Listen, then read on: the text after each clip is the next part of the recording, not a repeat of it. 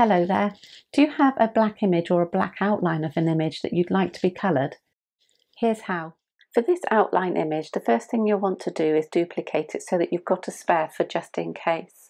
Then select the original and go down to Contour in the bottom right of your screen. There you're going to want to go to the right panel and select the very top image, which is the outline. And then in the picture, select the inner left ear. And you'll be left with the spaces that are inside the outline. Now you're going to need to create a duplicate for each colour that you want to use. I wanted to use 3 other colours as well as black, so I created 3 extra duplicates. And now you want to change each duplicate into one of the colours that you want to use. I'm changing this one to silver because I want the unicorn horn and the small hearts to be silver. This one to lilac because I want some of the big hearts to be lilac.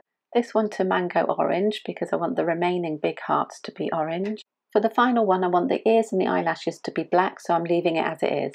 Now you're going to want to layer all your duplicates on top of each other, highlight them all and align centre. In the panel on the right, you can see our 4 layers have been highlighted. We're going to work with one layer at a time using the contour tool. Click on the layer that you want to work on first and then hit contour. As I only want 3 of the hearts to be lilac, the quickest thing to do is to hide all contours and then select the parts that I want to keep. You're also going to need to click on the outline at the top of the right panel to hide it.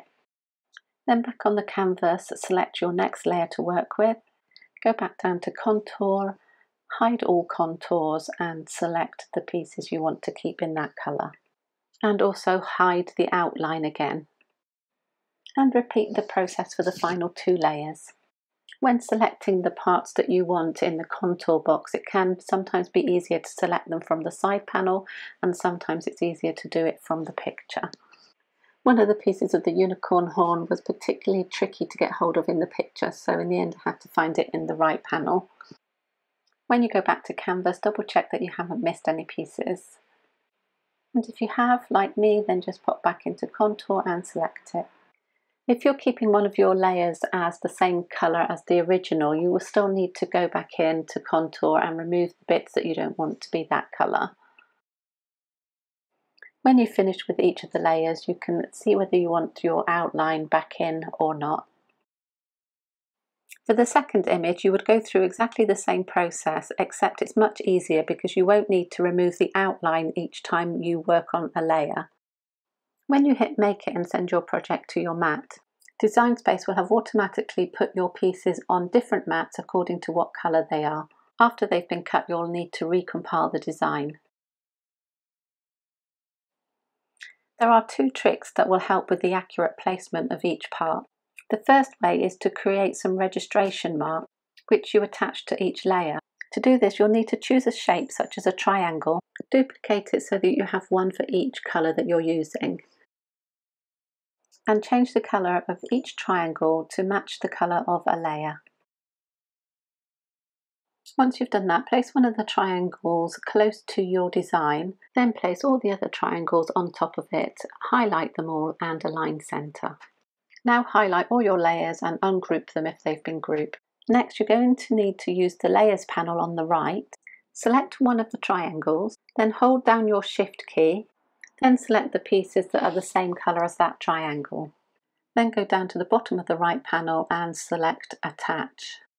Repeat this process for each of the layers.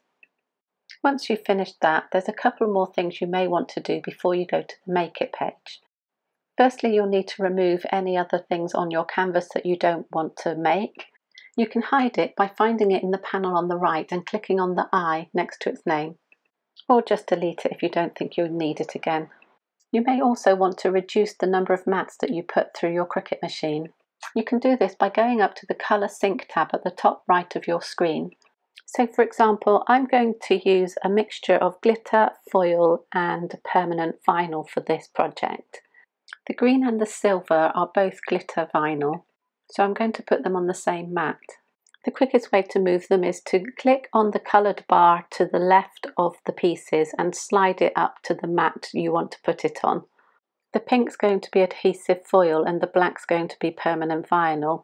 They're both different thicknesses, so I'm going to leave them on separate mats. And if we go to our Make It page, we can see that we now have 3 mats instead of 4. There are some additional things you can do on the Make It page. You can click on your pieces and move them to the position you want them to be on your mat, and you can also multiply the number of copies of your project. And you can also move your pieces from one mat to another on this page. To do this, click on a piece and then on the 3 dots in the top left corner of the box, you can see there are 2 options, Move Object and Hide Selected. If you click on Move Object, you can choose a mat to put your piece onto, either one of your existing mats or you can create a new one. So if I move my rose to the silver mat, Design Space will automatically place it in the top left corner. Click on it and move it to where you want it to go. Let's put it back. The other option was to hide the selected item. If you did this, it would disappear from your mat and it wouldn't get cut when your mat went through the machine. When you're happy with your mats, click Continue. Design Space will tell you to choose your material before you put each mat through. Once your first mat's been cut, remove the vinyl and replace it with the pieces needed for the second mat. And then reload. In case you haven't already seen this hack, removing your mat from your project rather than your project from your mat can protect your project from getting creases or tears. I also used the protective cover to stop my mat picking up any other dust from the surface and also to stop my mat from sticking to the surface. Once all your pieces have been cut, then you'll need to weed as usual. With this design, it's just a case of removing the outside negative space. I find the adhesive foil the trickiest to work with, so I recommend taking a little bit extra time with it. Okay, so the first way that helps with accurate alignment of your pieces uses the triangle registration marks that we added to each layer. You would normally put all these pieces on one piece of transfer tape, but because I've used different types of vinyl, I'm going to need to use 2 pieces of transfer tape. I'm going to need a stronger transfer tape for the glitter and the adhesive foil, which will be too strong for the permanent vinyl. So I'll need to use standard transfer tape for the permanent vinyl. For this method, if you have an obvious topmost layer, that needs to go onto your transfer tape first. But for this design, it doesn't really matter because none of the layers sit on top of each other. So you need to place one of your layers on the transfer tape, burnish it and remove the backing. And then you're going to use the triangles to line up each of the layers on top of it. I find that I get into less of a sticky mess if I use a piece of backing paper underneath where I'm working, and also to use another piece of backing paper waxy side down to lay on top of the design, leaving the triangle free. And then lay the transfer paper sticky side down on top of the next layer, lining up the triangles. And when they're lined up, burnish again and remove the backing paper.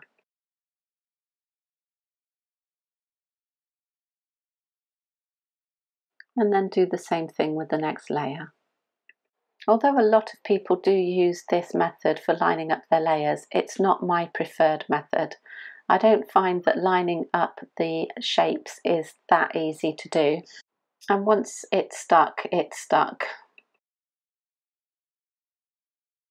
Now that I've finished with my adhesive foil and glitter vinyl layers, I'm going to move on to the permanent vinyl layer using the standard transfer tape. I know from experience that using strong grip transfer tape on this Cricut permanent vinyl ends up in a disaster. It gets really stuck and then stretches and tears. Okay, so now that we've got all our layers layered onto transfer tape, we're ready to transfer them. I'm going to transfer my design to the back of one of my Cricut mats. I like using them for putting my practice projects on. So I'm transferring my layers that are on the strong grip transfer tape first. If I did it the other way around, I'm pretty sure that the strong grip transfer tape would pull up my other layer. Then burnish your design, but be careful not to go over the registration triangle because you don't want that to stick to your surface. If it does, you can just pull it off, or you can cut it off before you lay the transfer tape down. I forgot to cut it off, but luckily it peeled off really easily. But if you still felt you needed it to line up the two layers of transfer tape, you could leave it on and lay a piece of backing paper underneath it so it didn't stick to the surface. Once those layers were in place, I just transferred my final layer. I do recommend doing a few small practice projects so that you don't end up wasting too much material.